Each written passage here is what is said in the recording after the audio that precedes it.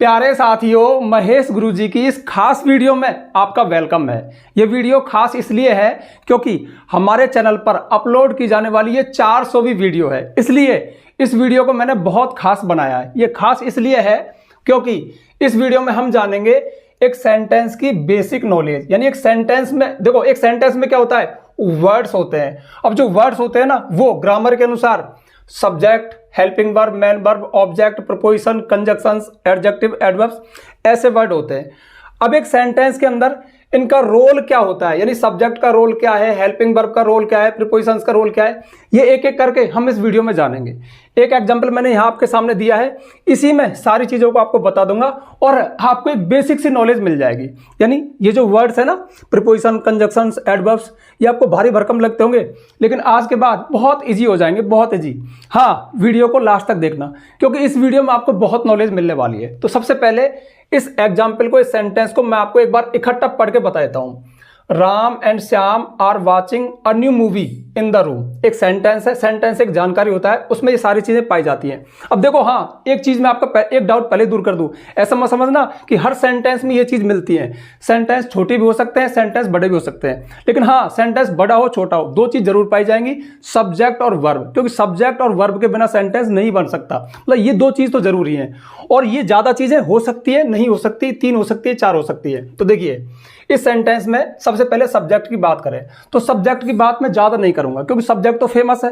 Subject वो है जो सेंटेंस का हीरो है, जिससे सेंटेंस की शुरुआत हो। यानी सेंटेंस में जिस चीज के बारे में, जिस व्यक्ति के बारे में, वस्तु के बारे में, स्थान के बारे में या किसी प्रोनाउन के बारे में जानकारी दी जाए, वो हीरो है, वो सब्जेक्ट है। जैसे इस सेंटेंस का सब्जेक्ट कौन है, किसके बारे में बताया जा रहा है, राम और श्याम के बारे में। तो राम और श्याम हमारा क्या हुआ, ये हमारा सब्जेक्ट हुआ। अब सब्जेक्ट के बारे में 2-3 खास बात, देखिए डिटेल नहीं करूंगा, डिटेल में तो वीडियो लॉन्ग हो जाएगा, थोड़ी थोड़ी बेसिक जानकारी दूंगा। सब्जेक्ट के बारे में खास बात यह है कि ये कोई नाउन हो सकता है, जैसे ये नाउन है। अब हो सकता है कि नाउन वर्ड आपको अटपटा लग रहा हो, लेकिन उतना है नहीं। नाउन क्या होता है, किसी व्यक्ति का नाम, वस्तु का नाम, स्थान का नाम।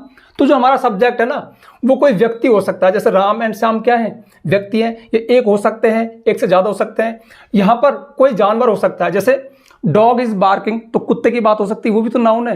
या फिर किसी शहर का नाम हो सकता है, स्थान हो सकता है, जैसे Jaipur is a beautiful city, Jaipur एक सुंदर शहर है, तो हम स्थान की चर्चा कर सकते हैं। या फिर एक और नया वर्ड है, प्रोनाउन।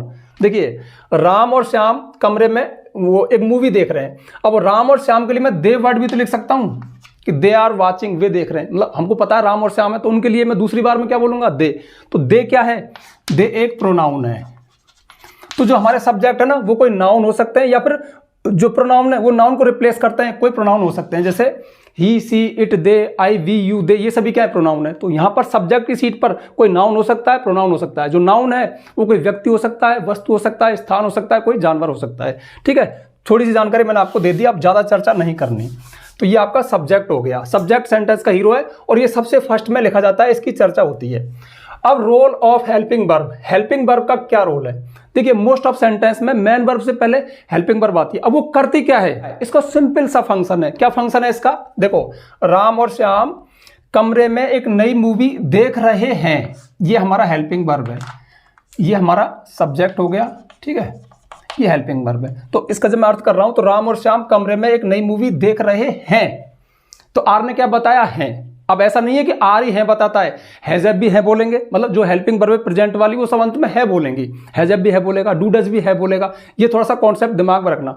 ऐसा मत समझना कि इज एम आर का मतलब ही है हूं है होता है। ठीक है, अगर फर्स्ट फॉर्म आ गई तो वो भी है हूं है बोल देगी।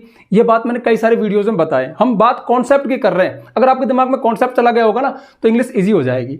तो हेल्पिंग वर्ब हमेशा टाइम बताती है, मोटा मोटा समय बताती है कि प्रेजेंट है, पास्ट है, फ्यूचर है। इसी सेंटेंस में मैं आर की जगह वर कर दूं तो देखो, राम और श्याम कमरे में एक मूवी देख रहे थे। अब क्या हो गया, थे। तो मैंने क्या चेंज कर दी, हेल्पिंग वर्ब। इस हेल्पिंग वर्ब ने क्या चेंज कर दिया सेंटेंस का, टाइम। यानी अब ये जो समय है इनका काम करने का, कब का था, पास्ट का। अगर मैं यहां पे कर दूं विल बी, तो इसका मतलब क्या हुआ कि राम और श्याम कमरे में एक मूवी देख रहे होंगे। तो जो हेल्पिंग वर्ब है वो आपके सामने क्या कर रही है, वो टाइम को बदल रही है। यानी प्रेजेंट है, पास्ट है, फ्यूचर है। तो किसी सेंटेंस में प्रेजेंट, पास्ट, फ्यूचर बताने का काम क्या करती है, हेल्पिंग वर्ब करती है। सपोज करो यहां पे हैज होता, राम एंड श्याम हैज और सॉरी हैज़ नहीं, हैव आएगा इनके साथ, तो हैव, और यहाँ पे फिर क्या आती, थर्ड फॉर्म आती, क्योंकि प्रेजेंट परफेक्ट टेंस है। तो हैव क्या करता, राम और श्याम कमरे में एक मूवी देख चुके हैं, तो हैव भी क्या बोलेगा, है, जो इज एमआर बोल रहा है। अगर यहाँ पे डू डज, जैसे ये नेगेटिव होता है, इंट्रोगेटिव होता है प्रेजेंट टेंस का, तो वो भी क्या बोलते हैं, बोलते हैं। बस इतना सा कॉन्सेप्ट है, ध्यान रखना। तो हेल्पिंग वर्ब क्या करती है, टाइम बताती है। सब्जेक्ट कौन है, हीरो है। चलो आगे बढ़ते हैं, और बढ़िया बढ़िया चीजें हैं बताने को। अब बात करते हैं मेन वर्ब की। तो इस सेंटेंस में मेन वर्ब क्या है, वाचिंग, मतलब देख रहे। तो देखिए मेन वर्ब क्या है, मुख्य क्रिया, मतलब जो काम है, जो एक्शन है, सब्जेक्ट के द्वारा किया जाने वाला काम, आना जाना, खेलना, पढ़ना, लिखना, जो एक्शन है, जो काम है, वो मेन वर्ब है। अब मेन वर्ब के बारे में खास बात क्या है, ये काम होना तो बताएगी, लेकिन इस मेन वर्ब के बारे में एक कॉन्सेप्ट की बात यह है जो दिमाग में रखना, ताकि आपको नई नॉलेज मिले। वो नॉलेज ये है कि जो मेन वर्ब है ना, वो अलग अलग शक्ल में, अलग अलग रंग रूपों में हमारे सामने आ सकती है। जो उसकी अलग अलग शक्ल है ना, वो उसका काम करने का ढंग है। जैसे इसमें वाचिंग लिख रहा है, तो मतलब क्या, देख रहा, मतलब यहाँ पे जो आईएनजी फॉर्म है ना, अगर वर्ब आईएनजी फॉर्म, तो कंटिन्यूटी को दिखाती है कि ये काम चल रहा है। जैसे रनिंग, दौड़ रहा, प्लेइंग, खेल रहा, ईटिंग, खा रहा। तो जब आईएनजी होता है ना, तो वर्ब का जो मतलब वर्ब मतलब एक्शन, वो चल रहा होता है। अगर मैं यहाँ पे थर्ड फॉर्म लगा दूं, तो यहाँ पे थर्ड फॉर्म लगेगी, तो यहाँ पे हैव आएगा, हैव आएगा। तो देख चुका, तो फिर वर्ब क्या बोलती है, उसका नेचर हो जाता है कोई काम पूरा हो चुका। तो वर्ब, अब जैसे फर्स्ट फॉर्म है आई वॉच, मैं देखता हूं, तो जब केवल फर्स्ट फॉर्म आती है तो उसका नेचर क्या होता है कि कोई काम अक्सर होता रहता है, प्रेजेंट इंडेफिनिट टेंस है। अगर मैंने कहा वॉच्ड, तो ये कैसी शक्ल में आई, सेकंड फॉर्म आई, तो इसका नेचर क्या हो गया, पास्ट में, यानी देखा था, इस तरह से। तो ध्यान रखना, जो वर्ब है ना, उसके जो अलग अलग रूप है, first form, second form, third form, ING form, ये काम करने का ढंग है। तो ये सिर्फ ढंग बताती है। उससे पहले जो हेल्पिंग वर्ब है, वो टाइम बताती है। अच्छा, दो टेंस ऐसे भी है जिनमें आपको हेल्पिंग वर्ब नहीं मिलेगी, प्रेजेंट इंडेफिनिट और पास्ट इंडेफिनिट। उसमें वर्ब दोनों काम कर देती है, काम का ढंग भी बता देगी और समय बता देगी। जैसे देखिए, एक तो ये था I watch, subject plus first form, मैं देखता हूं। क्या इसका मतलब क्या है, मैं देखता हूं। अब हूं कहां से आ गया, इस एमआर भी नहीं है, हैज़ भी नहीं है, इससे ही आ गया, दोनों काम कर दिए इसने। ठीक है, तो इसने एक तो ये बताया कि मैं I watch a new movie, मैं एक नई मूवी देखता हूं। इसका मतलब क्या है कि इसका ये शौक है कि ये देखता है। प्रेजेंट टेंस क्या बताता है, कोई काम अक्सर होता रहता है। अब यहाँ पे इसने कर दिया वॉच्ड, तो मैंने एक नई मूवी देखी थी। तो यहाँ पे देखो दो काम, पास्ट में कोई एक्शन हुआ था, तो इसने था थी बोल दिया, वॉच्ड मतलब देखी थी। तो दो टेंस ऐसे हैं। इनके अलावा जो और हमारे 10 टेंस हैं, उनमें आपको मेन वर्ब से पहले एक हेल्पिंग वर्ब मिलती है। मेन वर्ब तो एक ढंग बताएगी, थर्ड फॉर्म में तो चुका, आईएनजी फॉर्म में तो रहा, रही, रहे, इस तरह से। और जो हेल्पिंग वर्ब है वो प्रेजेंट है, पास्ट है, फ्यूचर है, ये बताती है। मैं समझता हूँ कि इस कॉन्सेप्ट में ज़्यादा ही चल रहा हूँ, इतना जाने की आवश्यकता नहीं, आपको समझ में आ गया होगा। अब बढ़ते हैं आगे। ये हो गया, ये हो गया, ये हो गया। अच्छा, आगे बढ़ने से पहले खास जानकारी जो मैं हर वीडियो के शुरू में देता हूँ, इसमें भी देता हूँ। देखिए, आप में से बहुत सारे लोग कमेंट करके या कॉल करके मुझे बताते हैं कि सर आपसे हमें हिम्मत मिलती है, ऐसा लगता है कि हम इंग्लिश सीख जाएंगे। अब वो चाहते हैं कि सारी वीडियोज, मतलब सारी ग्रामर सीक्वेंस में मिल जाए। अच्छा, ये यूट्यूब पर भी है, लेकिन सीक्वेंस में नहीं है, बिखरी पड़ी है। तो अगर आपको मेरी ग्रामर सीक्वेंस में चाहिए तो ये चीज़ अवेलेबल है। आप प्ले स्टोर पर जाइए, महेश गुरुजी एप्लीकेशन को डाउनलोड कीजिए, रजिस्टर कीजिए। उसके पेड कोर्स में आपको कंप्लीट इंग्लिश ग्रामर कोर्स मिलेगा, जिसमें हमने यही किया है, सारी इंग्लिश ग्रामर को सीक्वेंस में डाला है, 1 by 1 करके। यानी सारे टॉपिक्स आपको ऐसा नहीं कि खोजना पड़ेगा, टेंसेज, मॉडल्स, जो भी ग्रामर होती है सब सीक्वेंस में डाली गई है। और हर टॉपिक के साथ, हर वीडियो के साथ पीडीएफ नोट्स भी है। यानी आप किसी टॉपिक का वीडियो देख सकते हो, आप चाहो तो उसको पीडीएफ में पढ़ भी सकते हो। और हाँ, अब एक क्वेश्चन आ रहा होगा कि सर क्या यूट्यूब के वीडियो यहाँ पे डाल दिए? नहीं, मैं एक ईमानदार आदमी हूं, सारी मेहनत अलग से की है, यानी सारा कंटेंट अलग से तैयार किया गया है, बेसिक टू एडवांस। अब चूंकि एक्स्ट्रा मेहनत लगी है तो थोड़ी फीस है, आप चाहें तो परचेज कर सकते हैं, मैं किसी को फोर्स नहीं करता। हाँ, एक और खास बात, बहुत से लोग इंक्वायरी करते हैं कि सर क्या ये बुक है? ये बुक नहीं है, ये वीडियोज फॉर्मेट में है, रिकॉर्डेड वीडियोज है और पीडीएफ नोट्स, यानी आपके फोन में ही चलेगा, प्ले स्टोर ऐप में जाके इसको परचेज करना पड़ता है। ठीक है, अब आ जाओ कॉन्सेप्ट पे। तो ये 3 चीज हो गई, अब बढ़ते ऑब्जेक्ट पे। तो देखिए, subject, helping verb, main verb, ये तो कंपलसरी है, इनके बिना कोई सेंटेंस नहीं बनता। ये 2 चीज तो जरूर चाहिए।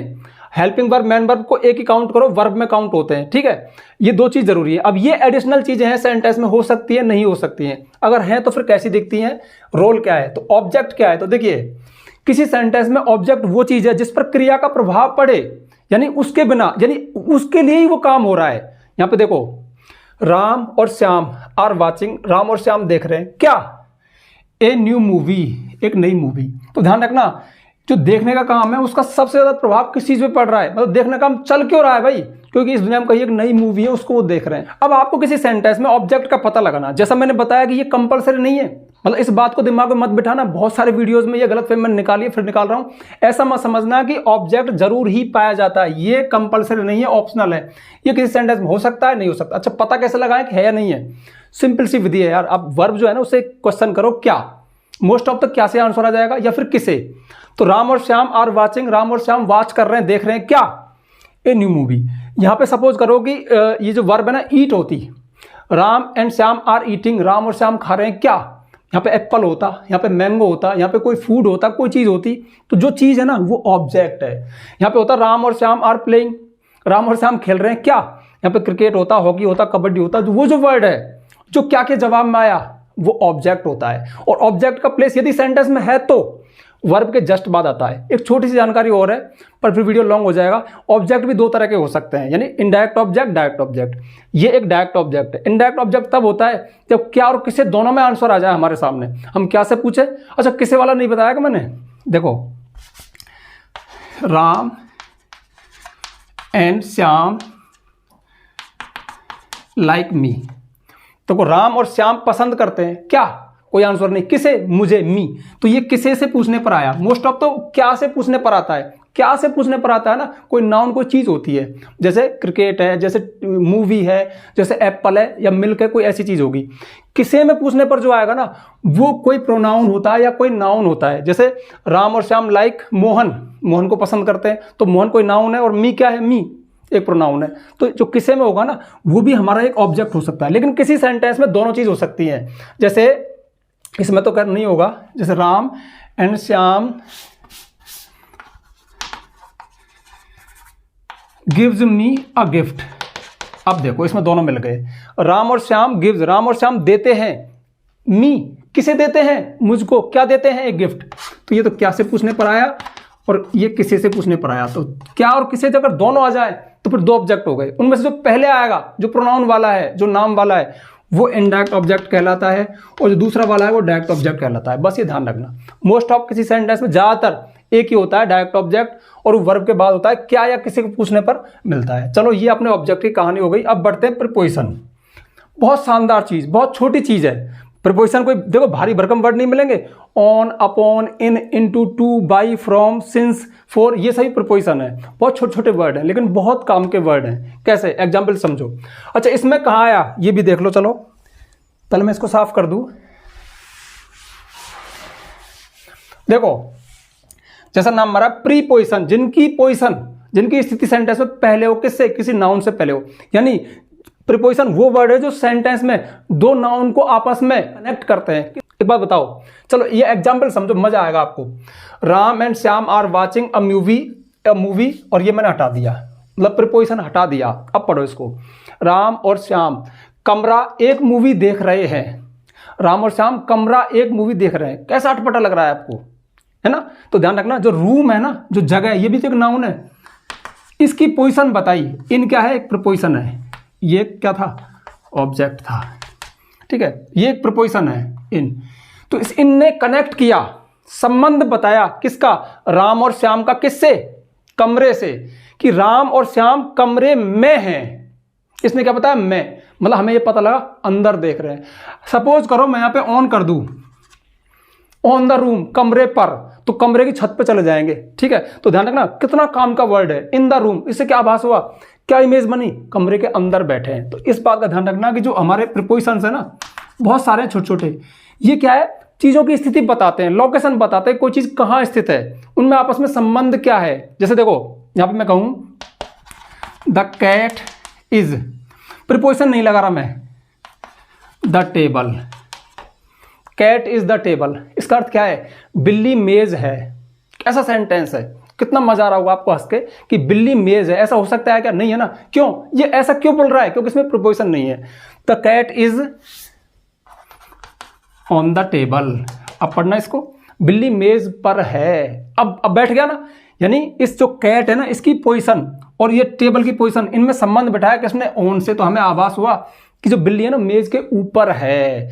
अब मैं कह दूं यहां पे अंडर, अंडर द टेबल, इसका मतलब क्या है, मेज के नीचे है, उसकी सतह को नहीं छू रही, तो यहाँ पे ये हो गया। ठीक है, तो इस तरह से जो अंडर है, ऑन है, अबोव है, अक्रॉस है, इन है, टू है, बाई है, फोर है, सिंस है, फ्रॉम है, बहुत सारे जो वर्ड है ना, ये आपस में कनेक्शन बिठाते हैं, ये संबंध बिठाते हैं। इनके बिना सेंटेंस है ना, चाहे कितना सुंदर लिख दो, बहुत अटपटा लगेगा। तो ये छोटी चीज लेकिन बहुत काम की चीज है। जैसे एक आधा एग्जाम्पल और देख लो। जैसे आप कहो I am going to Agra train, I am going to Agra train, मैं आगरा, चलो टू इसको और हटा दो ना, ये क्यों लगाऊं, आई एम गोइंग आगरा ट्रेन, मैं आगरा जा रहा हूं ट्रेन। कैसा सेंटेंस है, अजीब सा लग रहा है ना, क्यों, इसमें प्रीपोजिशन नहीं लगा है। तो I am going to Agra, मैं आगरा जा रहा हूं, किसी स्थान से कनेक्ट होने पर टू लगाया, टू क्या है, एक प्रीपोजिशन है। दूसरी बात, बाई ट्रेन, ट्रेन के द्वारा, ट्रेन से, तो किसी साधन से, ट्रेन हो, बस हो, एरोप्लेन हो, कुछ भी हो, उसे हम सफर करते हैं तो बाई लगाते हैं। तो अब अच्छा लग रहा है ना कि मैं ट्रेन से आगरा गया। ठीक है, तो कहने का मतलब एक तो प्रोपोर्शन ये रहा और ये क्या रहा, इन दोनों को नहीं लगाया तो सेंटेंस कैसा लग रहा था, बहुत अजीब। तो नेक्स्ट वीडियो हो सकता है कि मैं प्रोपोर्शन का ही बनाऊं, क्योंकि बहुत दिन हो गए अच्छी वाली ग्रामर पढ़ाए हुए। मतलब ये जो बहुत सारे वीडियोस है ना, काफी समय से बेसिक लोगों के लिए चल रहे हैं, मतलब जो थोड़ी थोड़ी बेसिक नॉलेज ले। अब थोड़ा सा गहरा चलेंगे, इन चीजों का थोड़ा सा डीप ऑपरेशन करेंगे। तो ये आपको समझ में आ गया होगा कि इन क्या है, प्रोपोर्शन है, और ये एक लोकेशन बताते हैं, एक स्थिति बताते हैं, ये नाउन की स्थिति को आपस में कनेक्ट करते हैं, संबंध स्थापित करते हैं। तो ये हो गया आपका प्रोपोर्शन। अब बढ़ते हैं आगे। कैसा लग रहा है आपको ये खास वीडियो, मजा आ रहा नहीं आ रहा है? और हाँ, जो वीडियो में लास्ट तक रुके वो कमेंट जरूर करके जाना कि सर मैंने वीडियो लास्ट तक देखा। मुझे बस इसी लाइन से बहुत खुशी मिलती है कि यार लास्ट तक देखा, मेरी मेहनत सफल हो रही है। देख रहे हो ना, पसीना आ रहा है। तो देखो ये हो गया। अब बढ़ते हैं रोल ऑफ कंजक्शंस। कंजक्शन क्या वर्ड होते हैं? तो देखिए, कंजक्शन मतलब कनेक्ट करना। अच्छा, ये किसको कनेक्ट करते हैं? तो ध्यान रखना, जो कंजंक्शन है ना, वो दो नाउन को कनेक्ट कर सकते हैं, या फिर दो फ्रेजेज को कनेक्ट कर सकते हैं, या फिर दो क्लॉजेज को कनेक्ट कर सकते हैं। सबसे पहले तो इस सेंटेंस के अंदर आपको मैं कंजंक्शन दिखा दूं, तो देखिए इसमें साफ लिखा हुआ है एंड, राम एंड श्याम, राम और श्याम। तो राम एक व्यक्ति है, एक नाउन है, श्याम एक व्यक्ति, एक नाउन है। इन दोनों को कनेक्ट किसने किया? एंड ने। अब राम श्याम आप लिखते, राम श्याम खेल रहे हैं, हालांकि ठीक लग रहा है लेकिन ग्रामर के अनुसार ठीक नहीं है। राम और श्याम आप बोलोगे ना, राम और श्याम, तो एंड है। ठीक है, तो एंड क्या है? एक कंजंक्शन है। अच्छा, पहले देख ले कंजंक्शन होते कैसे। एंड है, बट है, यट है, नॉट ओनली बट आल्सो, ऐसे बहुत सारे वर्ड हैं। फेमस तो फैन बॉयज हैं, फैन बॉयज। चलो उनको बता दूं मैं।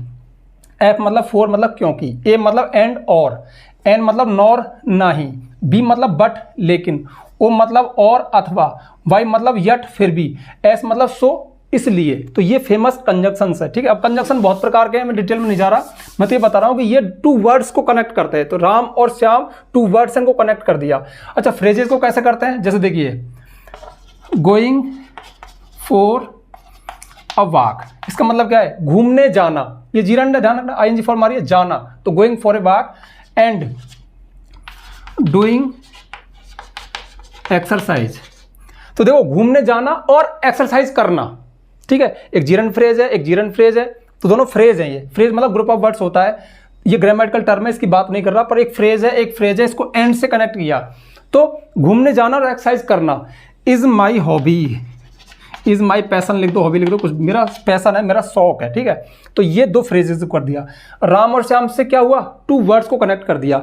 इसके अलावा दो क्लॉजेस को भी कनेक्ट कर सकते हैं। जैसे एग्जाम्पल देखिए, यहां पे देखो,